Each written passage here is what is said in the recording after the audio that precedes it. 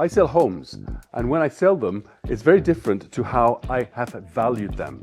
So today we're going to go into this property and I will try and explain a little bit about how we value a home. We're going to have a look. Understanding the value of the property is very important because one can mark it above market value, at market value, or actually below market value depending on your strategy. Having it below market value could probably instigate a bidding war, sometimes, not always. At market value, of course, that's where you might end up eventually. And above market value, you may be wanting to try your luck, not be in a rush to sell, and maybe wanting some money, which some owners want, which is above value, hoping someone might fall in love with their property. So upon arrival to the house, and with my document which is giving me the comparison value of this property against others on the market, I will then go into and examine detail. So let's go and have a look at that. As this is not a new house, I would examine, for example, the windows, which are very important here in Andalusia. These are particularly good. They are very thick, so it's got almost quadruple glazing. That stops, of course, heat coming in and heat going out in winter. These windows are particularly good.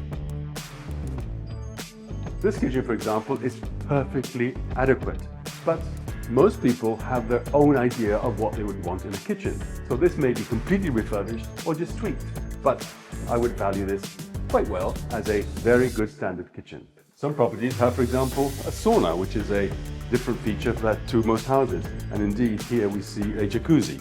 So that would add some value to certain people, and I would value that as something very good to include in the price. This property has a dramatic staircase, and up here it is all white and beautifully new. The floors have been micro-cemented. So here we have an example of a property which has been refurbished, modernized inside, despite the fact that from outside it's quite traditional. Traditional houses such as this would have bathrooms of its time, but here we see that this one has been fully refurbished. So that is something which would indicate whether I need to value that in or not into the price. And in this case, of course, I would. Being in Sotogrande, of course, many people would like a sea view, and this house, of course, from upstairs does offer that, and it's an added value that I can consider when I come to putting a number on the property's value. When buying a house, the one thing you can't change is location. You can, of course, refurbish a house, and that you can do to your own preference. Here we have a property which is frontline to the golf course and has sea views. Therefore, when we come to value, we would consider that as two very important things which many people would value higher than a house that maybe doesn't have those two features.